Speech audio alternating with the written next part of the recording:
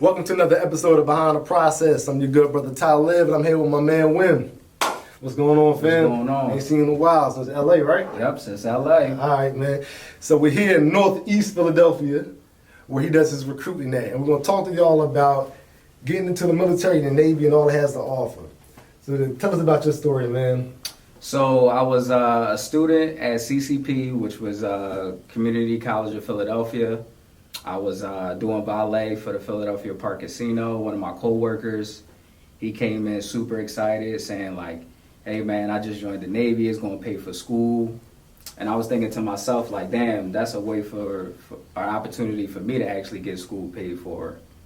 And at the time, you know, I'm thinking about my situation. I come from a middle class family. My father was a cop, you know, mother's a nurse. So the way financial aid is kind of built, you don't have they don't give you the necessary funds to actually have you go to school. So you either got to take out loans, work 3 jobs, and that was the situation I was placed in.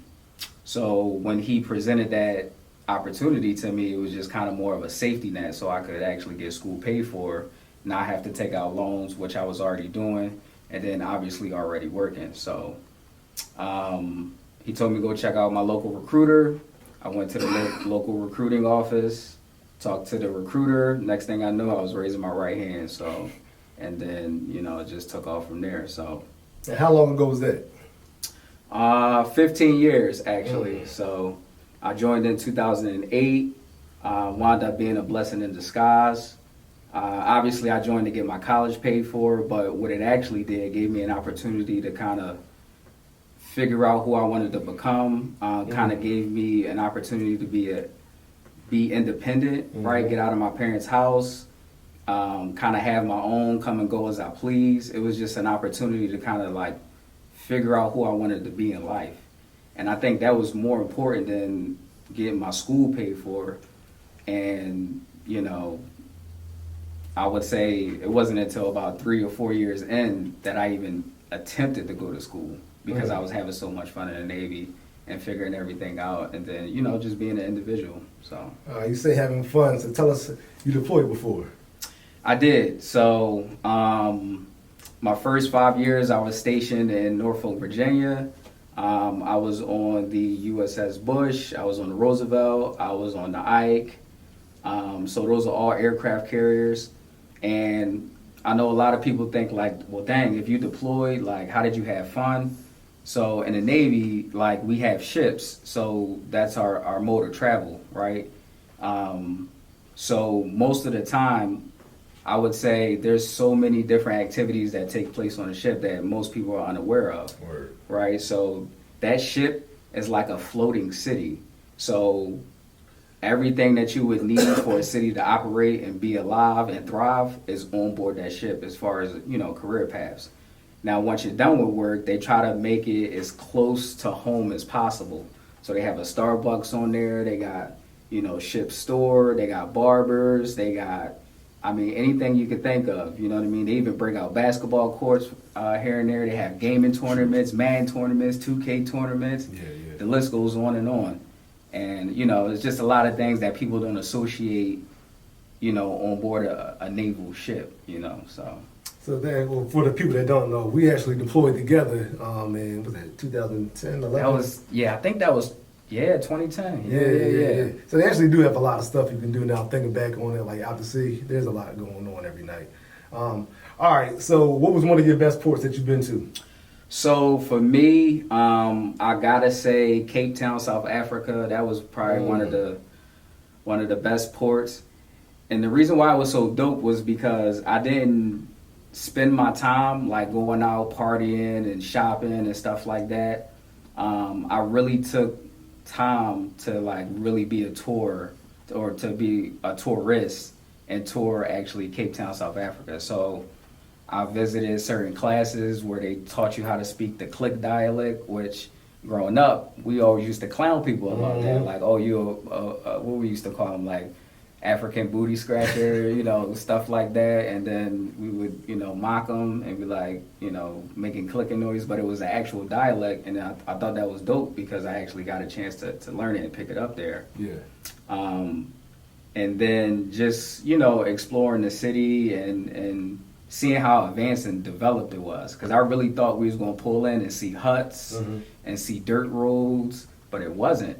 You know what I mean? It's like this whole image that they have of Africa that's displayed over here in the United States, but when you actually go over there, it's actually pretty modern. So, now, is there a connection between, like, do you feel the connection when you go over there with the people? So, I would say at the time, because I'm 20 years of age, you know, deploying, seeing, you know, over there. So, I would say it did feel like home, but there were certain looks that I did receive where it was like, yeah, you American African, like you're not, or you African American, you're not African, you know what I mean? So it was, you know, but for the most part, everybody was embracing, everybody was, you know, it was just cool because, you know, I just was excited to be over there and gain that experience, so.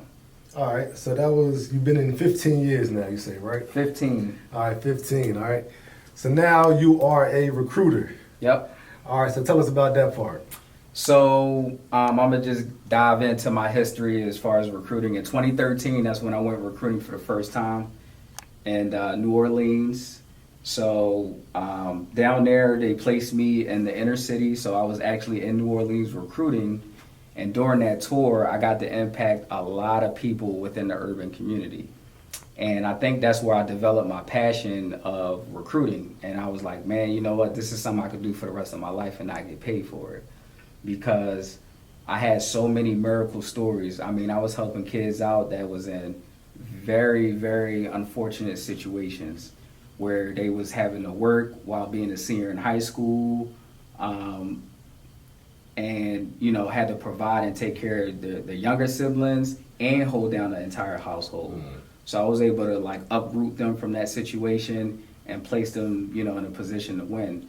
And there was nothing more gratifying than that, you know what I mean? So, like, seeing them develop, you know, through the Navy and just rendering that opportunity to them and seeing them flourish in it, it was priceless. Okay. So what does a person need to get into the Navy? So that's a really good question. So as of right now, currently in 2023, they have lowered the standards a lot.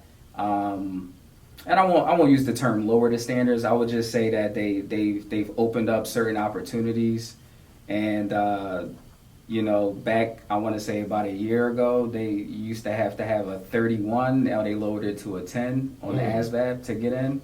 They're a little bit more lenient with the tattoos as well. Yeah. So you can actually have a neck tattoo. Certain criminal charges that they now will, you know, entertain or look at.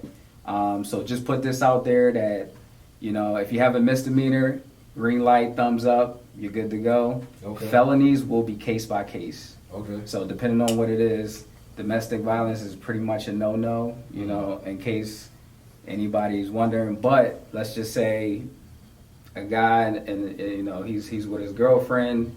They get a domestic call, cops come, you know, if there's a situation where, you know, somebody was dishonest, the guy gets the false charge, but then they later find out, you know, it was a false charge.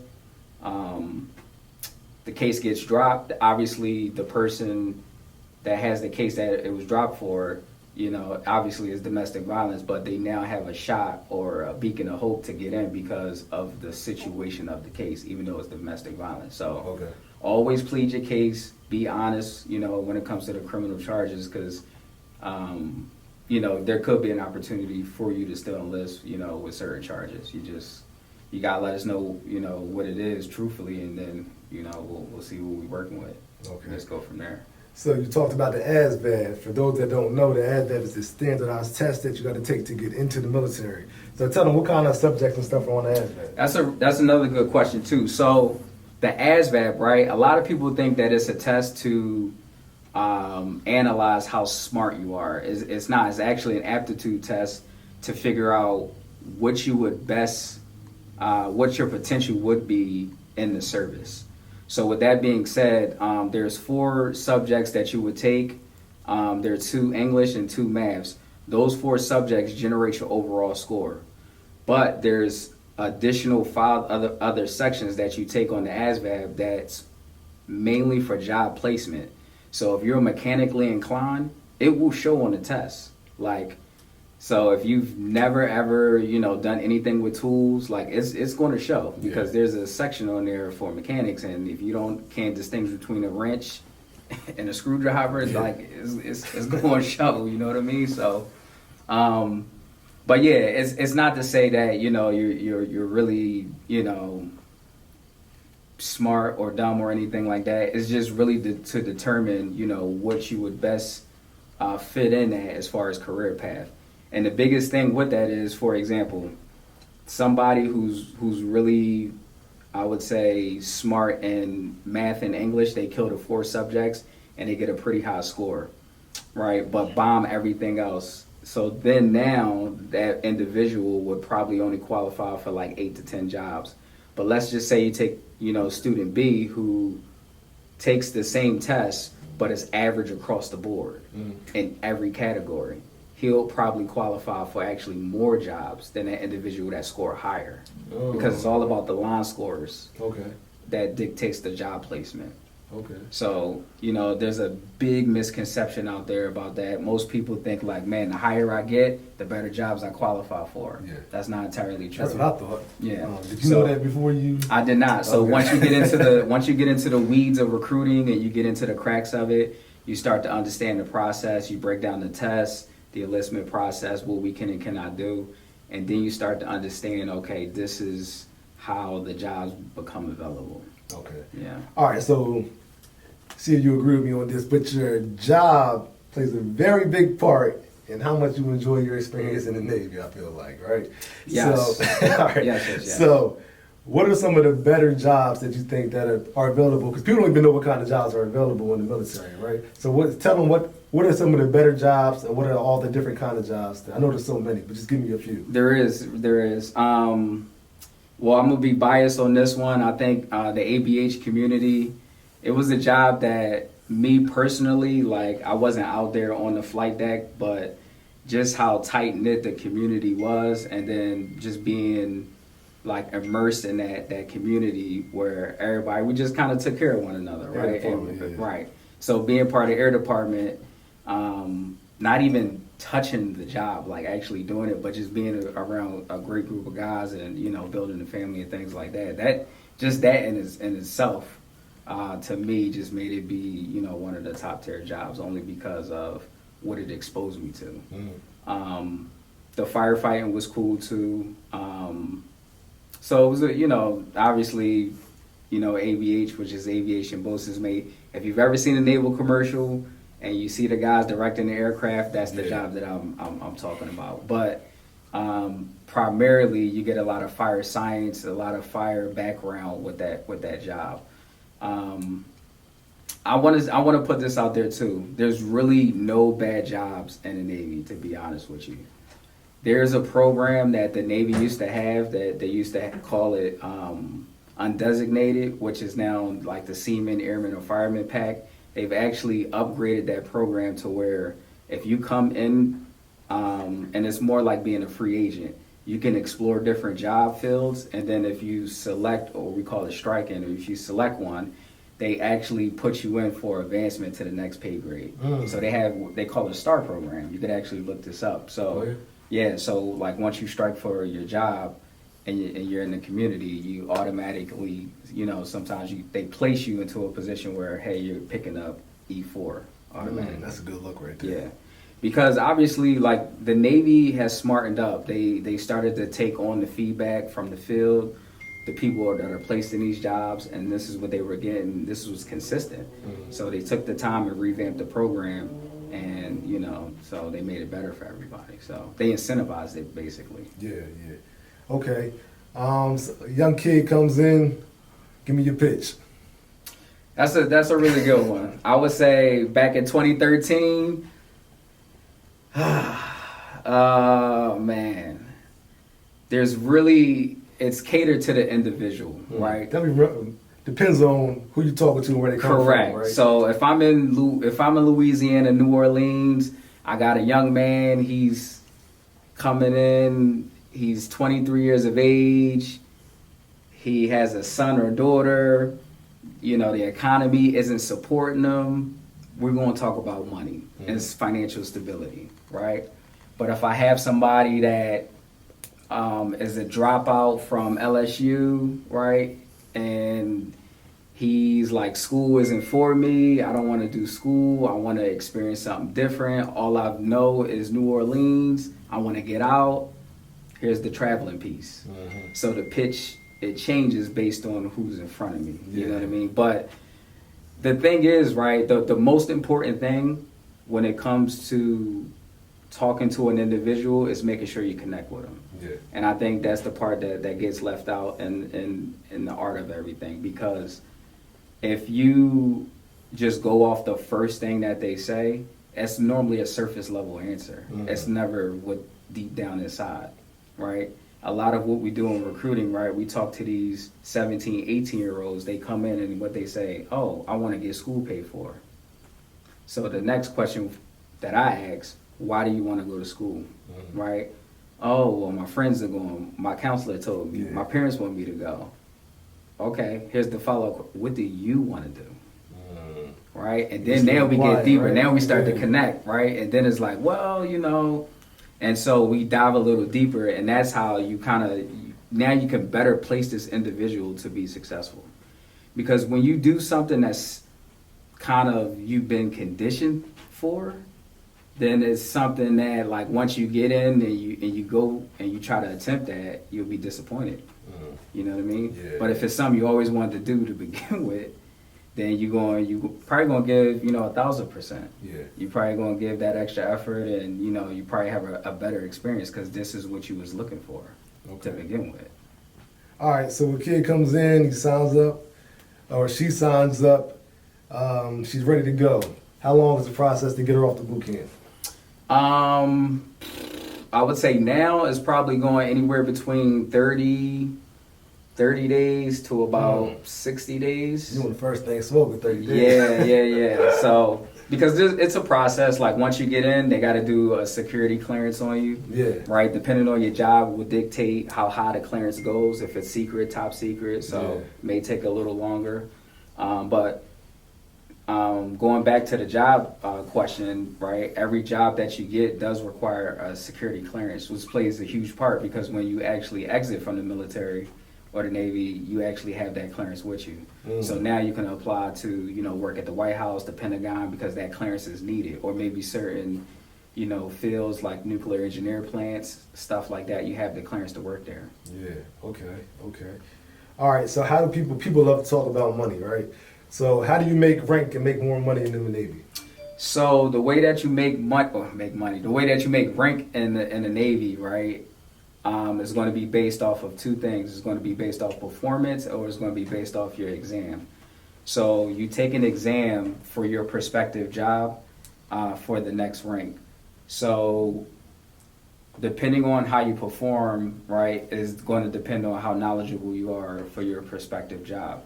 So if you're good in the books, right, then, you know, you can advance that way, right? But if you're not a great test taker, you have an opportunity to just be that hard charger and get advanced based off of your performance.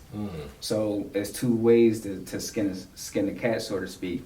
And I think the biggest thing with that is, and that's the part that I love, and because with the test, if it weeds out favoritism, right? So imagine you and I, we both work for the same individual, right? That's our supervisor.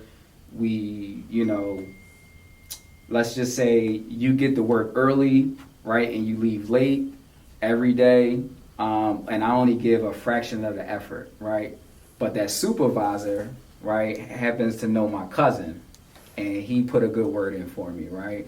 And I get the better evaluation, right? That's favoritism right there, right? And so that impacts, you know, my career, your career, right?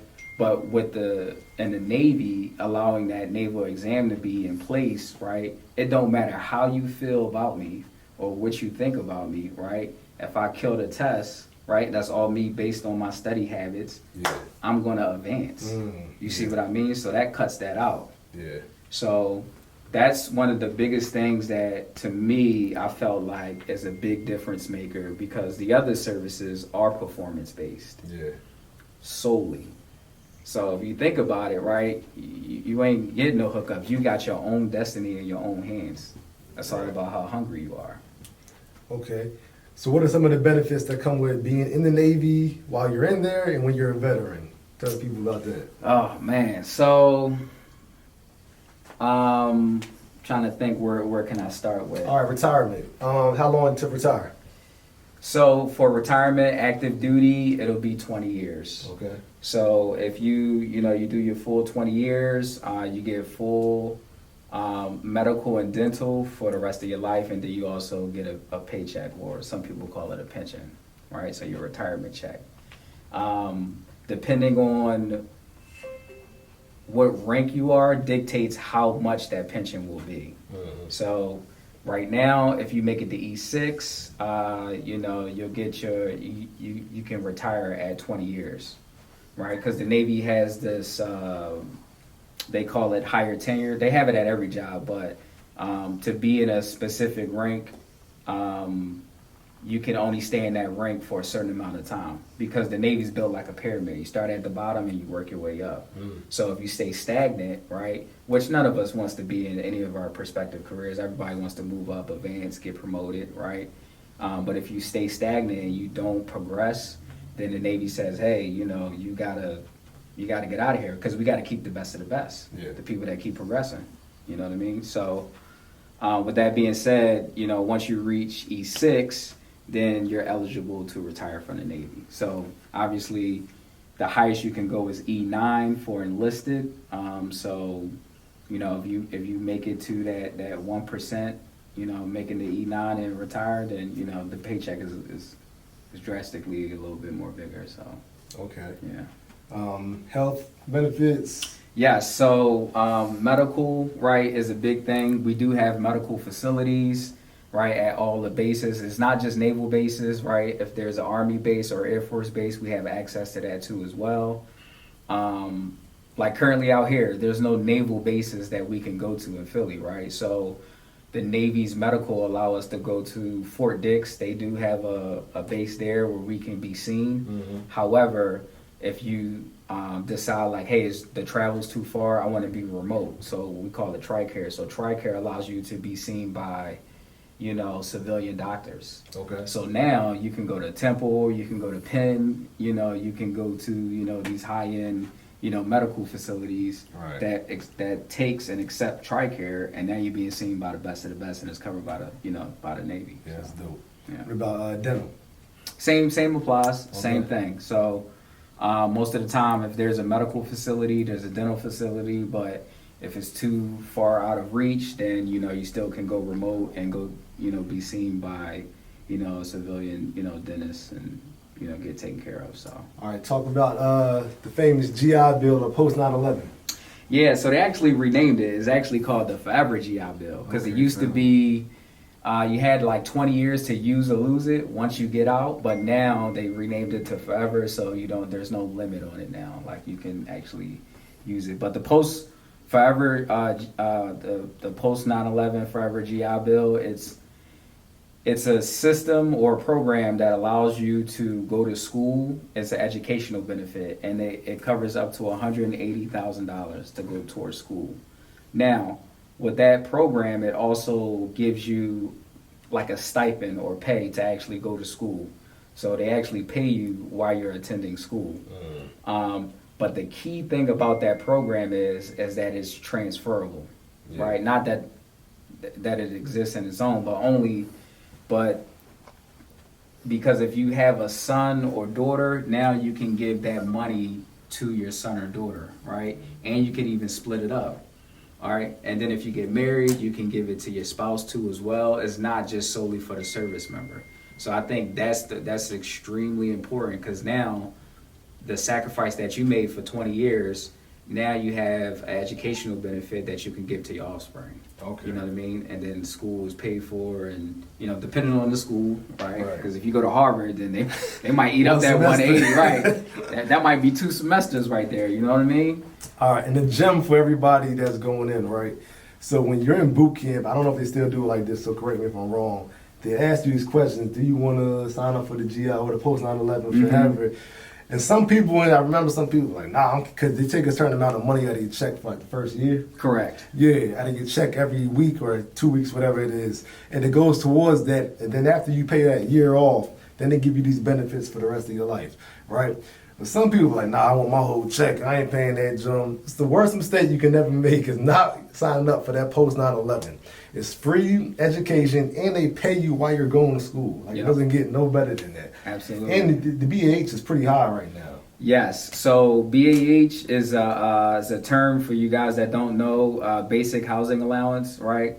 So the BAH is what I was referring to earlier in terms of the stipend or what they pay you while you're attending school. So in Philly, what's the BAH in Philly? So right now it's 2,400. It's $2,400 a month. You get paid to go to school. You know what I mean? On top of your job and all of that. So please don't be greedy and try to take your whole check. Sign up for that post 9/11 forever GI Bill or whatever it's called, and get that free school. I'm telling you, and you can pass it down to your kids, like you just said. That's right. That's huge. One of the other things too that I wanted to touch on in regards to finances was we have a program called the TSP, which stands for Thrift Savings Plan. That's huge too. That's something that they offer you at the entry level too while at boot camp.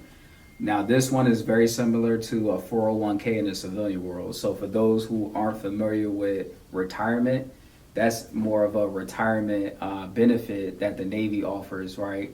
And what happens is you take a percentage of your paycheck every time you get paid, and it goes towards TSP. And then TSP also has these certain funds. They have a G fund, an F fund, and the G fund is kind of like steady. You put the money in there, it grows. There's an interest that grows yearly, but it's very, like, the risk is very minimum, so you don't lose any money on it.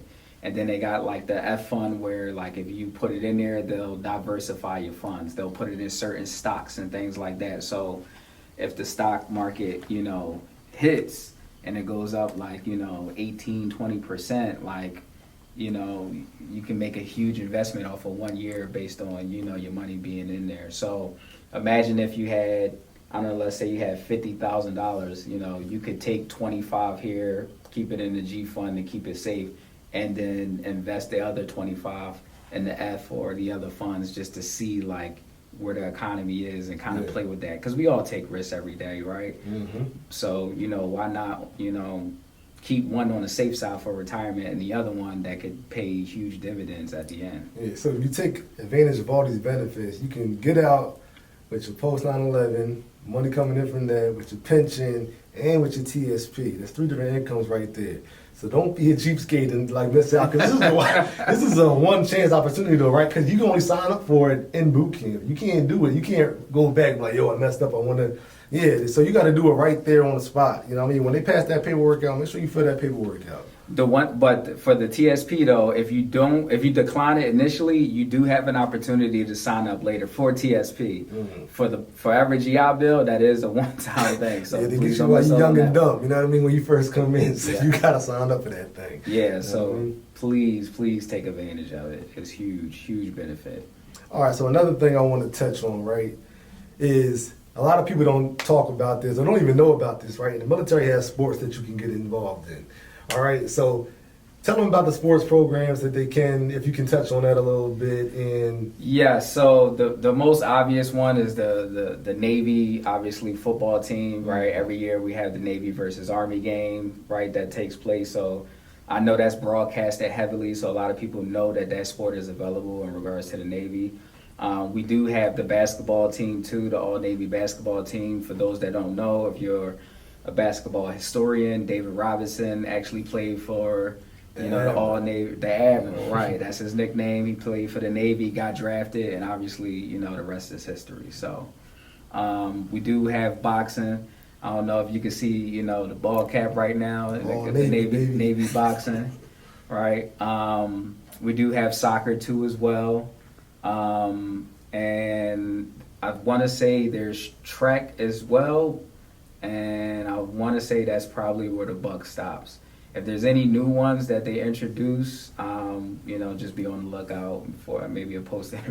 I wouldn't factor it out because the Navy pretty much recruits some big, some athletes. So, have you ever put somebody or helped somebody get into a program or I don't know.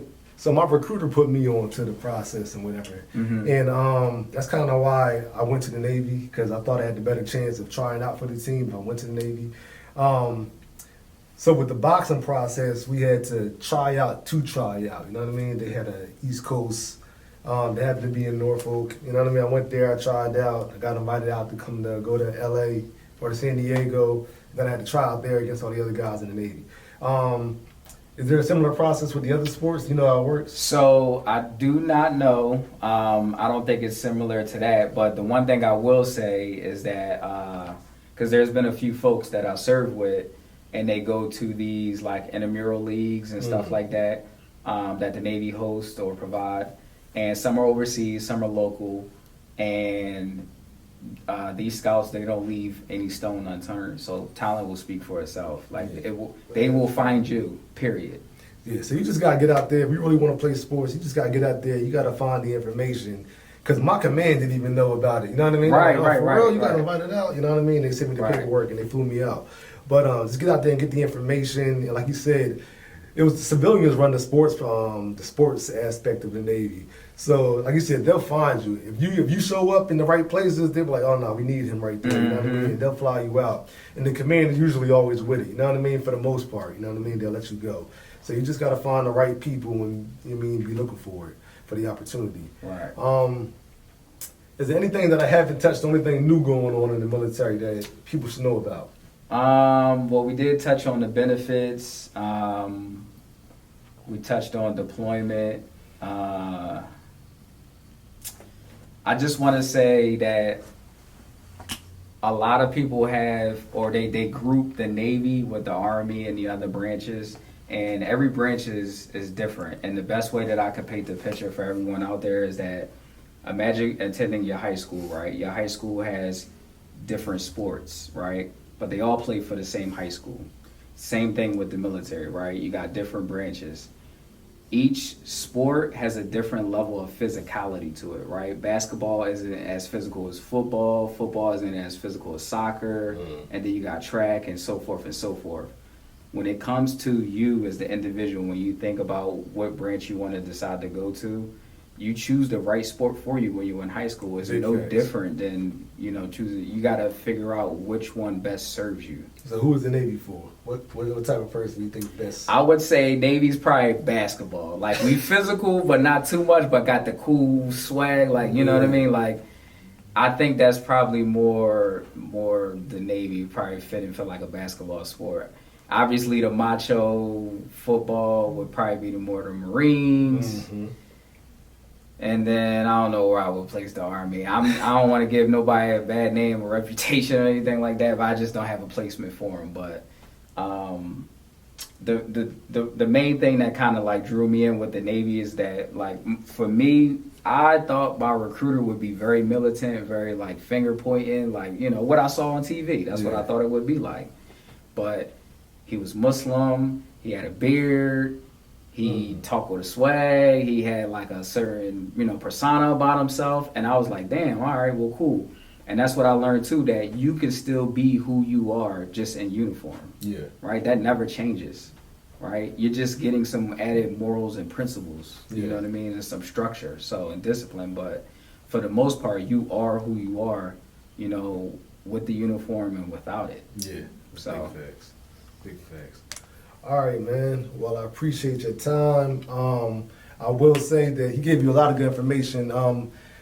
For me, the Navy definitely put me on my feet. I was 21 when I went in. It got me out the crib, got me away, put some money in my pocket, got my first car, you know what I mean? I traveled the world, got the benefits and all of that, got the house now, you know what I mean?